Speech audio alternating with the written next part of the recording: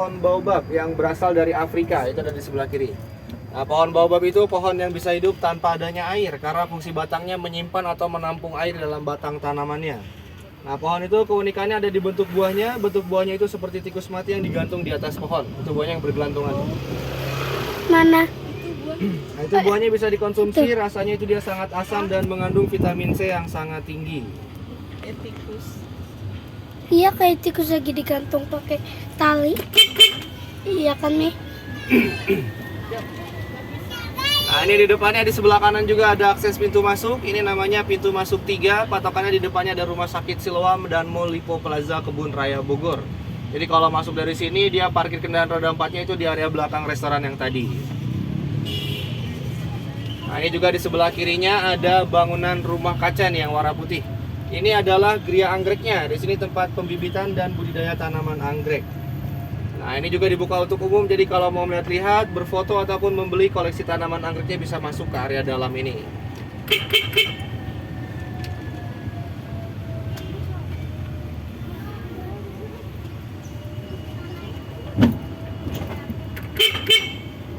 Nah, ini juga ada laboratorium penelitian kultur jaringan tanaman anggreknya, dan yang besar ini adalah geria anggrek yang baru nih, sebelah kiri kita. Ini yang biasa dipakai buat foto-foto di area dalamnya.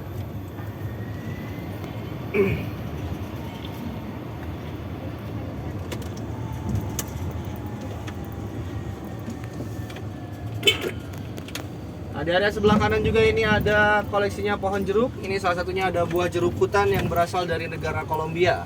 Buahnya ini dia warnanya hijau seperti buah kedongdong, ada di area bawah sini. Nah, itu dia. Tapi ini salah satu jeruk yang tidak untuk dikonsumsi. Dia rasanya sangat pahit dan juga mengandung racun untuk binatang. Jeruk itu hanya digunakan untuk pembuatannya aromaterapi atau bahan baku minyak wangi. Dan ini di area sebelah kirinya juga ada areanya tanaman-tanaman obat. Nah, di sini ada temulawak, ada jahe-jahean, daun mint, daun sirih, ada kumis kucing, dan masih banyak lagi koleksi tanaman obat lainnya ada di area sebelah kiri. Nah, ini juga di pot-pot warna coklat di sebelah kiri. Ini tempat pembibitannya dua jenis tanaman kopi. Nah, di sini ada kopi robusta dan kopi arabica di sebelah kiri kita ini.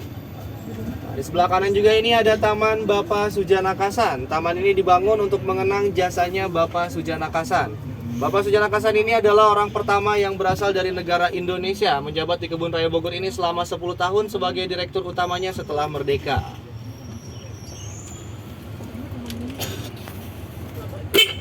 Dan ini juga di sebelah kirinya ada areanya pembibitan tanaman-tanaman langka di sini. Itu di depannya juga ada pohon beringin. Nah, pohon beringin ini salah satu pohon yang ditanam oleh Bapak Soekarno pada tahun 1964. Ini pohon yang ada di sebelah kanan kita ini. Dan ini kita melintasi jembatan Surya Lembayung. Nah, ini di bawahnya ada aliran Sungai Ciliwungnya yang mengalir ke daerah Depok dan Jakarta.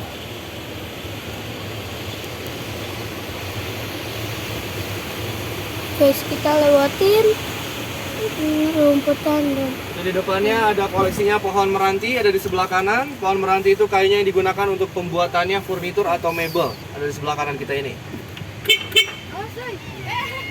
Dan juga ini ada pohon ulin atau pohon besi di sebelah kanan dan di luaran pagar di sebelah kiri. Pohon ulin atau pohon besi ini dulu digunakan untuk pembuatannya bantalan rel kereta api, fondasi rumah di atas air, dan juga pembuatannya perahu. Itu dia kayunya semakin terkena air atau terkena panas akan semakin kuat, semakin keras dia.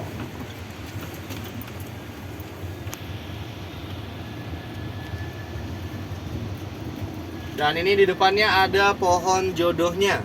Ini disebut pohon jodoh karena pohon ini dia tumbuhnya berdampingan dengan dua jenis pohon yang berbeda dan jarak pohonnya dia sangat dekat.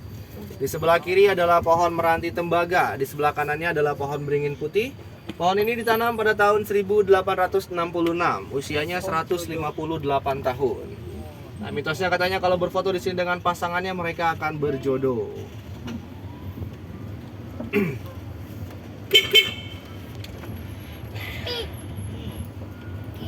Tapi saya ingin uang komodo ya kalau ada deh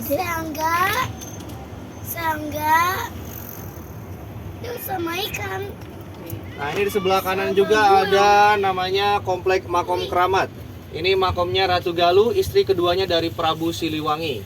Ada juga Makom Bajepra sebagai panglima perangnya, Mbah Baul sebagai senopati, dan Selendang Galuh Pangkuan adalah anaknya Ratu Galuh.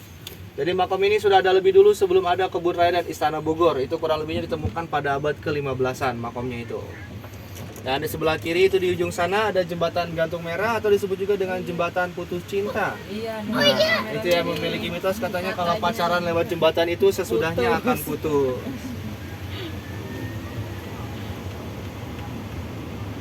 Itu kan kayak di London. Oke. Guys, kita lagi lewatin pohon-pohon. Nah, ini di sebelah kanannya juga ada pohon kenari babi. Ini disebut pohon kenari babi karena dulu tuh di sela-sela akar pohonnya ini menjadi rumah atau tempat bersembunyinya babi hutan. Ini usia pohonnya sudah mencapai 169 tahun. Ditanamnya pada tahun 1855 pohonnya. Dan di sebelah kanan juga itu di ujung sana ada pelang warna hijau. Nah, di situ lokasi bermekarnya bunga bangkai, namanya itu Amorphophallus titanum pada tahun 2020. Pada saat ini bunganya belum bermekar karena siklus pertumbuhannya 4-5 tahun dan berkemungkinan bunganya akan bermekar di tahun ini ataupun di tahun berikutnya.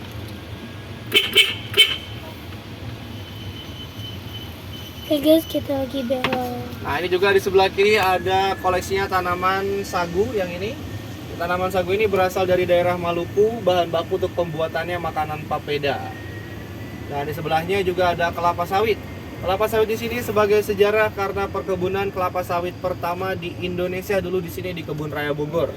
Asal kelapa sawitnya dulu dari Afrika sebanyak 4 biji pada tahun 1848 dibibitnya di sini pertama kali. Nah, ini kita sudah kembali lagi ke jalan utama yang tadi. Sekarang kita akan berpindah berkeliling ke area atas untuk melihat tampak belakangnya Istana Bogor atau Istana Presiden.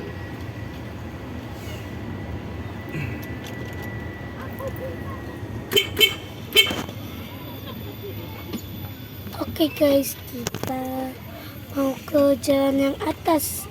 Lihat Istana Bogor atau Istana Presiden. Ini kita lagi di jalan mau ke Istana Bogor atau Istana Presiden. Udah kecil-kecil banget. Tadi kalian lihat nggak ada jembatan merah. Nah, ini ke sebelah kiri juga ada akses jalan menuju ke Taman Meksiko. Taman Meksiko itu ada di area belakang sana.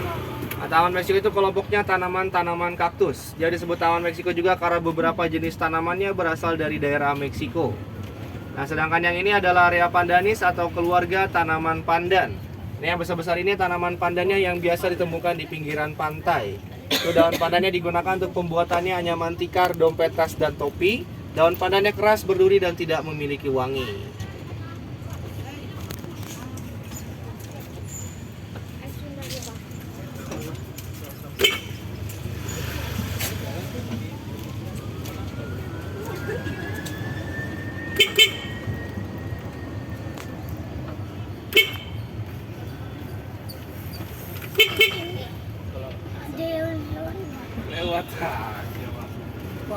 Nah, ini di sebelah kirinya itu di atasnya ada pohon raja atau kompasia. Itu salah satu jenis pohon yang paling tinggi dari pohon-pohon yang lain. Ketinggian pohonnya bisa mencapai 80 sampai dengan 90 meter. Di sini pohonnya tumbuhnya kurang lebih baru 40 meteran, usia pohonnya itu 109 tahun. Dan di sebelah kanan juga ini ada monumen Lady Olivia Raffles. Ini adalah monumen istrinya dari Thomas Teapot Raffles dulu. Nah, Raffles membangun monumen ini untuk mengenang istrinya karena meninggal dunia di Kebun Raya Bogor ini terkena wabah malaria. Nah, di depannya di sebelah kirinya ada Olive Store. Ini pusatnya souvenir dan merchandise Kebun Raya Bogor. Di sebelah kanan ini juga ada cafe namanya Secret Garden yang ini.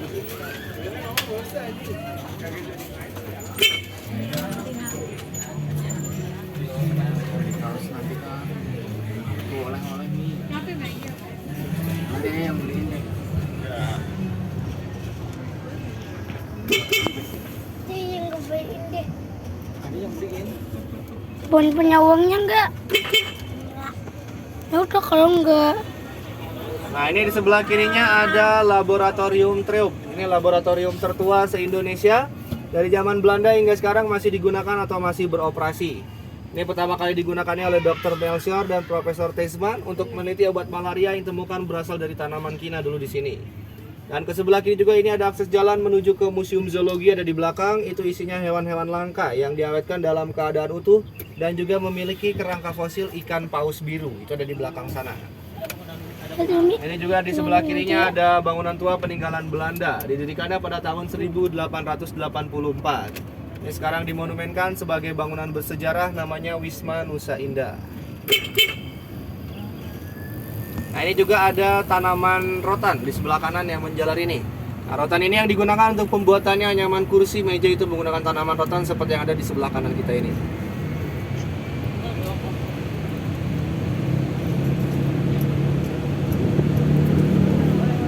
Dan ini juga ada Taman Tasman-nya di sebelah kanan. Taman Tasman ini mengarah langsung ke Istana Bogor di ujung sana. Taman ini dibangun untuk mengenang jasanya Profesor Tasman. Profesor Tasman ini adalah ahli botani atau ahli tanaman, orang yang mendirikannya Kebun Raya Cibodas yang berada di puncak Bogor. Nah, ini Profesor Tasman ada di sebelah kanan yang ini. Dan dia juga yang menemukan obat malaria dulu di sini yang berasal dari tanaman kina.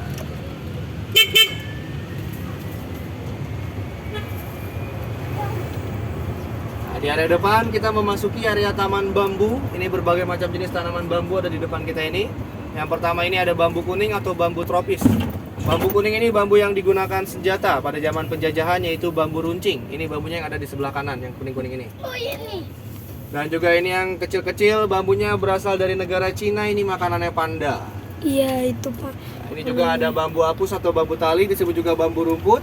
Ini untuk pembuatannya anyaman tali tirai bambu itu menggunakan bambu ini karena dia elastis dan ringan bambunya.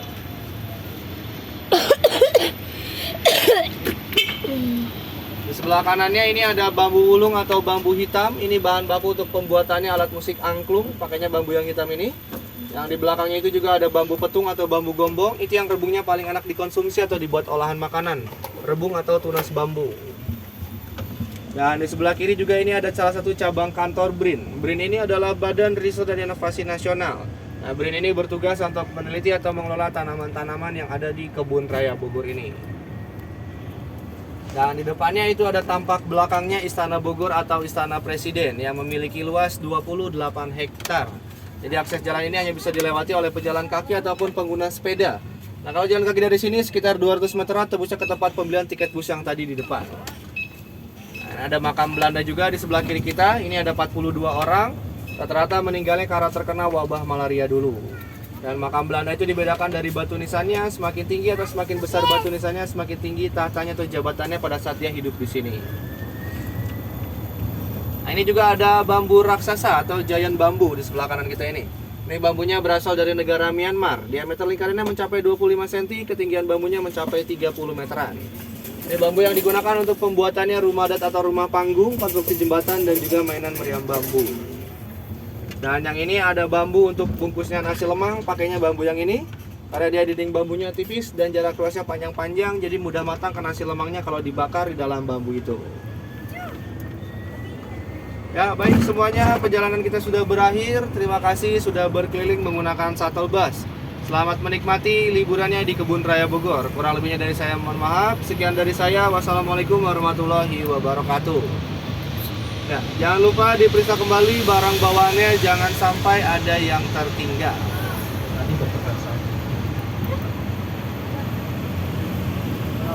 Ini nanti kita lihat hewan-hewan yuk.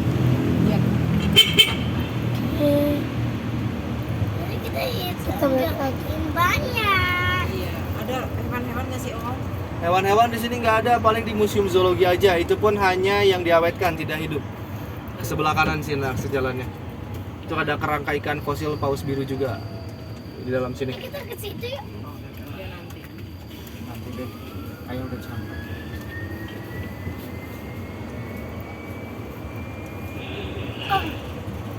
Ke Bukit Agap, jangan lupa membeli kapulaga.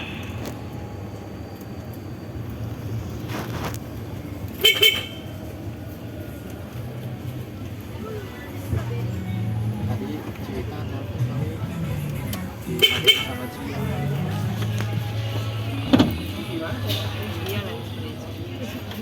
Ada patroli.